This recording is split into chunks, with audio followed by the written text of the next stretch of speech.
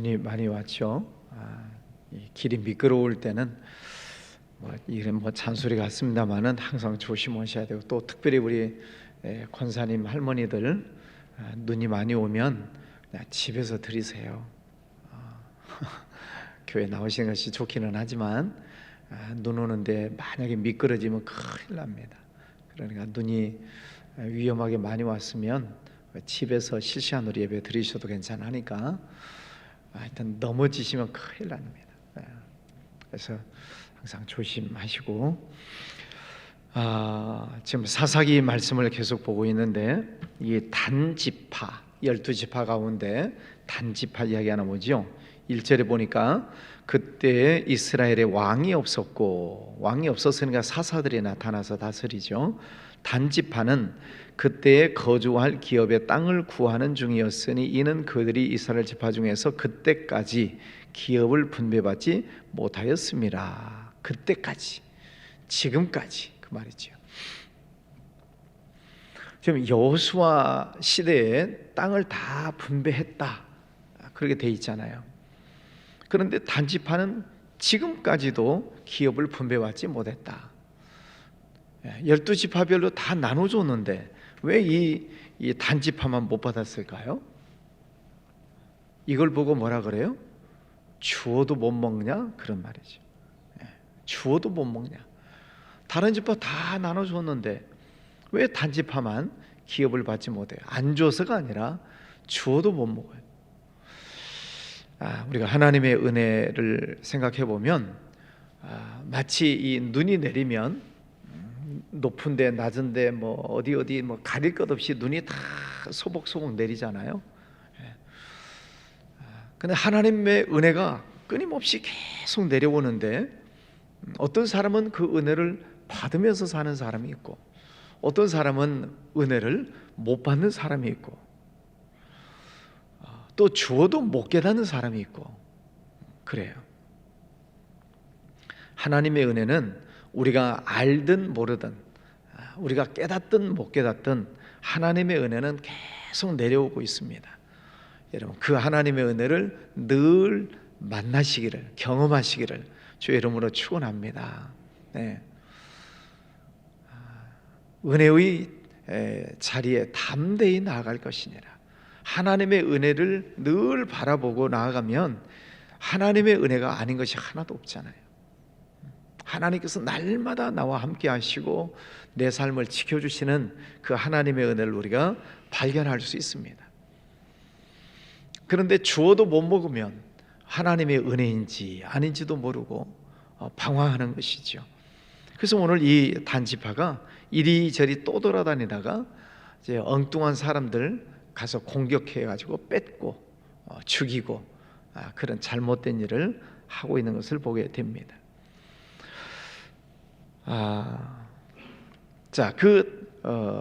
미가라고 하는, 어제 보았던 미가라고 하는 사람의 집이 나오고 또 단지파가 동시에 나오고 있습니다. 이제 미가라고 하는 사람, 점점 그 시대가 영적으로 타락해 가고 있었다. 그래서 어머니가 훔치고 주고 다시 신상을 만들고 떠돌아다니고 있는 레위인 소년 한 명 데려다가 가정 제사장을 삼고 여러 가지 엉망도 아닌 징창도 아닌 그런 삶을 살고 있는 때입니다. 오늘 5절 말씀에 보면 그들이 그에게 이르되 청하건대 우리를 위하여 하나님께 물어보아서 우리가 가는 길이 형통할런지 우리에게 알게 하라. 미가 집에 지금 고용되어져 있는 어린 제사장에게 지금 하나님의 뜻을 물어보아라 이렇게 이야기를 하고 있는 것을 보면 영적인 면에서 얼마나 무지한 때인가. 그래, 자기들이 하나님 앞에 기도하고 하나님의 뜻을 찾아가야 되는데 그렇지도 못하고 다른 집에 제사장으로 고용되어 있는 그에게 가서 하나님의 뜻을 물을 정도로 영적으로 무지했다 하는 것입니다. 그만큼 어떤 하나님 앞에 영적으로 깨어있는 제사장들이 없었다는 거죠. 그러니까 아무나 데려다가 제사장 세우고, 또 자기들은 기도를 못하니까 어린아이, 떠돌아다니는 어린아이에게 하나님 앞에 기도해서 물어보아라 라고 할 정도로 무지한 그런 때다 하는 것입니다. 여러분, 시대가 어려워질수록 기도하는 사람들이 필요합니다. 하나님 앞에 기도하는 시간들이 필요하다는 거죠.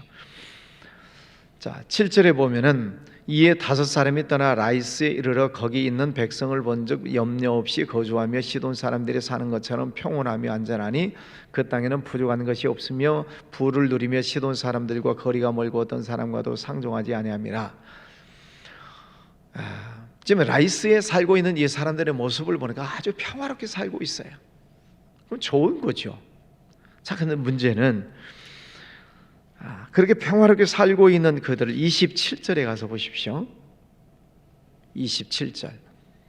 단 자손이 미가가 만든 것과 그 제사장을 취하여 라이스에 이르러 한가하고 걱정 없이 사는 사람을 만나 칼날로 그들을 치며 그 성을 불사르되. 지금 라이스 지역에 살고 있는 그 한가롭게 평화롭게 안전하게 잘 살고 있는 그들이 있는데 이 단지파가 들어가서 칼날로 그들을 치고 불사르고 그 성읍을 뺏었다, 그런 말입니다. 하나님께서 주시는 은혜는 받지 못하니까 그들이 이제는 악한 사람들이 되어버리는 것입니다. 그래서 평화롭게 잘 살고 있는 사람의 것을 가서 뺏는 그런 강도짓을 하고 있는 것이죠. 영적으로 무너지기 시작하니까 육신적인 면에서도 윤리 도덕적인 면에서도 남의 것을 빼앗는 그런 안 믿는 사람들보다 더 못한 그런 모습으로 전락해 버리고 있는 것입니다. 우리가 신앙생활을 하는 것은 도덕적인 것을 추구하는 것은 아니죠. 물론 영적인 것을 우리가 추구하고 하나님과의 관계를 우리가 회복시켜 나가는 것이 신앙의 목표인데, 세상 사람들이 볼 때, 사회 사람들이 볼 때 기독교인 그러면은 도덕적인 면에서도 우월해야 된다라고 생각해요. 그렇잖아요? 안 믿는 사람들이 볼 때는 교회 다니는 사람은 좀 더 도덕적으로 깨끗해야 되고 사회 윤리적으로도 좀 더 고결한 그런 성결한 삶을 살 것이라고 기대를 해요. 그런데 교회 다니는 사람들이 더 나쁜 짓을 하면 세상 사람들은 손가락질을 하는 거죠. 똑같이 나쁜 짓을 해도 교회 다니는 사람들을 더 점수를 더 낮게 주죠. 교회 다니는 사람들이라고 하는 것도 아니고 놈들이 그러잖아요. 기독교인들이, 저는 다른 더 상스러운 말은 쓰지 않겠습니다. 기독교인들이 기독교인답지 못하게 생활을 할 때는 세상 사람들로부터 비난의 대상이 되는 거죠. 오늘 이 시대도 그런 모습들이 많습니다. 그래서 우리가 교회에 다니는 우리들이, 또 새벽기도 다니는 우리들을 먼저 신앙적인 면에서 뿐만 아니라 사회적인 면에서도 윤리 도덕적인 면에서도 더 성결한 삶을 살려고 노력해야 된다는 거죠. 그래가지고 구원받는 것은 아니지만 어쨌든 구원받은 하나님의 백성답게 의롭게 사는 것이 우리의 마땅한 삶의 모습이죠. 그런데 이 단지파의 모습을 보면 하나님께서 뽑아 세우신 지파이잖아요. 단지파. 근데 그들이 하나님의 은혜는 받지 못하고 떠돌아다니다가 평안하게 잘 살고 있는 남의 족속에 들어가서 칼날로 치고 불사르고 뺏는 그런 강도짓을 하고 있는 것을 보면 참 안타깝다라는 그런 생각을 하게 되는 것이죠. 자, 18절 19절 말씀해 보면 그 5사람이 미가의 집에 들어가서 그 새긴 신상과 에봇과 드라빔과 부어 만든 신상을 가지고 나오매 그 제사장이 그들에게 묻되 너희가 무엇을 하느냐 하니 그들이 그에게 이르되 잠잠하라, 네 손을 입에 대라, 조용해라, 그 말이죠. 우리와 함께 가서 우리 아버지와 제사장이 되라. 네가 한 사람의 집의 제사장이 되는 것과 이스라엘의 한 지파 한 족속의 제사장이 되는 것 중에서 어느 것이 낫겠느냐. 지금 이 제사장은 떠돌아다니는 레위인이죠. 소년이죠. 먹고 살 것이 없어서 하나님의 성전에서 봉사를 해야 될 레위인이 먹고 살 게 없으니까, 다시 말해서 다른 지파들이 이 성전에 성전 봉사를 하는 레위인들을 먹여 살리지를 않으니까 뿔뿔이 흩어지는 것입니다. 예배가 무너졌다는 뜻이에요. 그러니까 레위인이 다 흩어져서 뿔뿔이 흩어져서 돌아다니다가 미가라고 하는 사람의 집에 들어가서 제사장 노릇을 하고 월급을 받고 있는 거죠. 근데 이 단지파가 그 집에서 보니 여러 가지 뭐 신상도 있고 드라빔도 있고 뭐 그런 것들이 있는데, 그런 것들을 가지고 나오면서 그러는 거죠. 너 이 집에서 고용살이 할래? 아니면 한 민족의 제사장이 될래? 여러분 같으면 어떻게 하시겠어요? 어느 한 집에서 제사장 노릇하면서 살겠어요? 한 민족의 제사장이 되면 좋겠어요? 당연히. 그래서 이 레위인이 제사장 된 사람이 자기가 집에 가지고 있었던 그 모든 신상, 드라빔 뭐 이런 것들을 다 가지고 단지파를 따라가 버리는 거죠. 그러니까 제사장이라고 하는 이 사람도 말이 제사장이지 그 속에는 제사장이라기보다는 그저 물질, 먹고 사는 문제가 더 시급한 거죠. 그러니까 더 높은 자리 줄 테니까 따라 나와라 그랬을 때 아무 미련 없이 가버리는 것입니다. 본래 제사장도 아닌 사람이지만 제사장의 어떤 직분을 가지고 있으면 그 나름대로의 충성하고 헌신하는 게 있어야 하는데 그런 것도 없는 거예요. 그래 돈 많이 줄 테니까 이리 와라. 그럼 또 저리 가고, 또 돈 많이 주고 높은 자리 줄 테니까 이리 와라. 그럼 또 이리 가고. 우리 한국말로 줏대가 없는 거죠. 자기 기준이 없는 것입니다. 그러니까 돈 더 준다 그러면은 지금 왔다 갔다 하고 있는 거죠.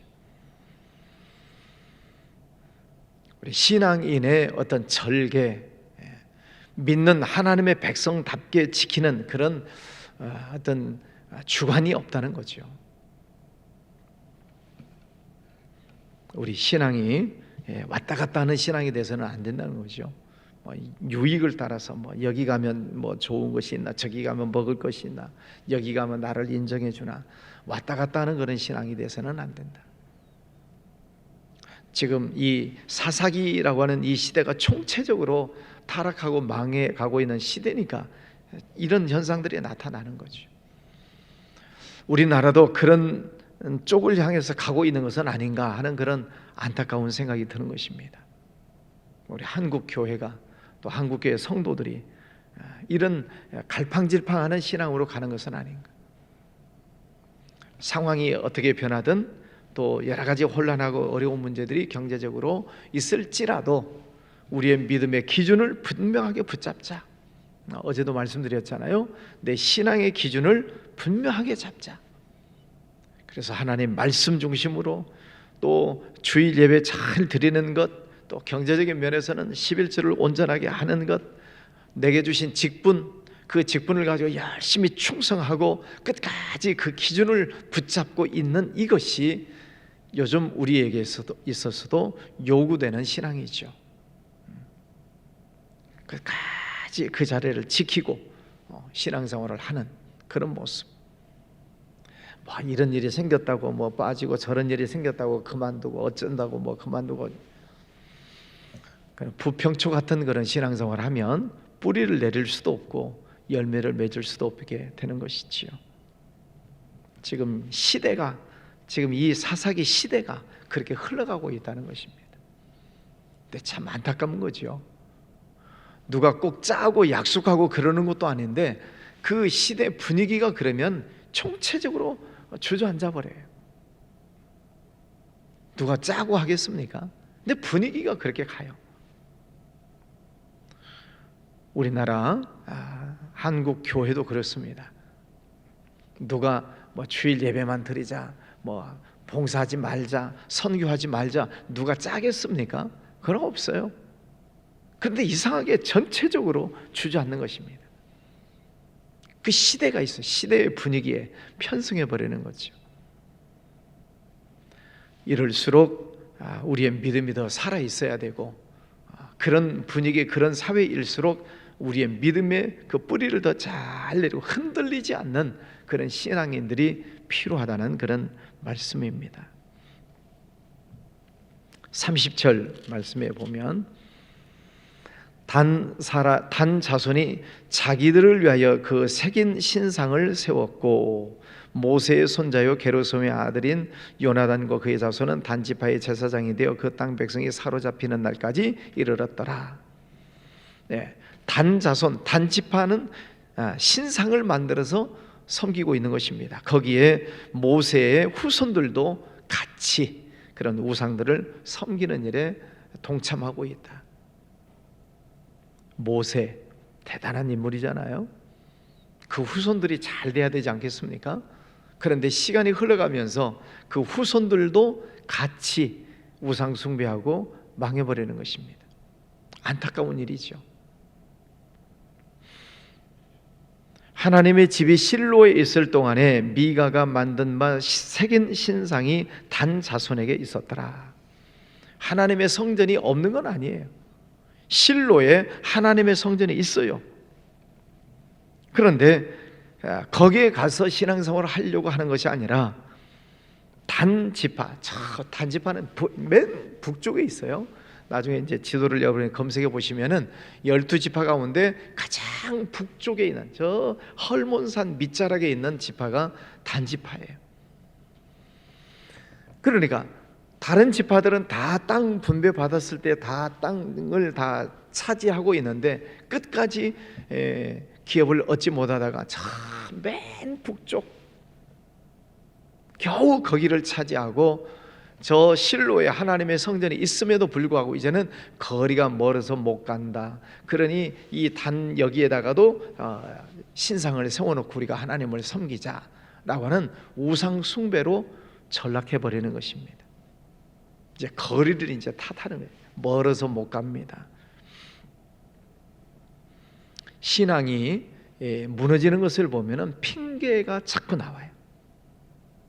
핑계. 거리가 멀어서 못 나갑니다. 날씨가 안 좋아서 못 갑니다. 코로나 때문에 못 갑니다. 내가 바쁜 일이 있어서 못 갑니다. 몸이 조금 안 좋아서 못 갑니다. 핑계가 많아요. 핑계가.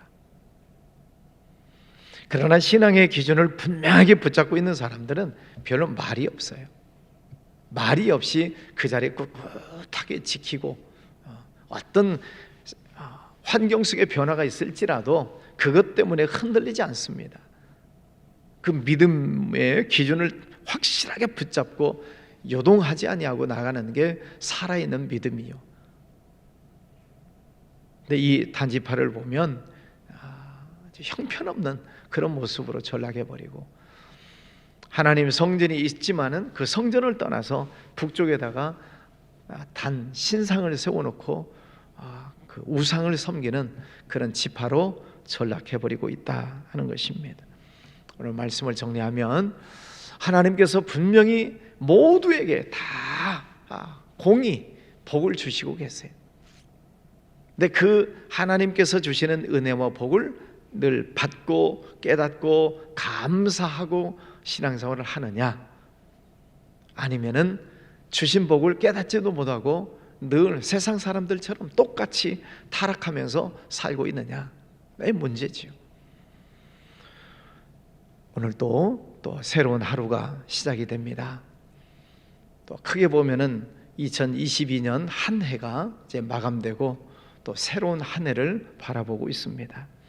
여러분 마음속에 다짐은 기준, 신앙의 기준을 확실하게 붙잡고 어떤 환경 속에서 흔들리지 않는 그런 믿음 생활을 하겠습니다.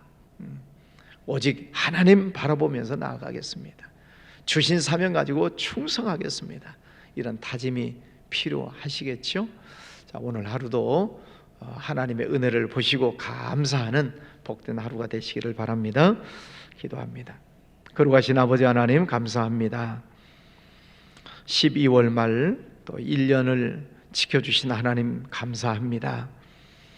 여러 가지 많은 일들이 있었지만 그러나 하나님께서 늘 저희들을 지켜주셨고 보호하여 주셨고 오늘까지 인도해 주심을 감사합니다.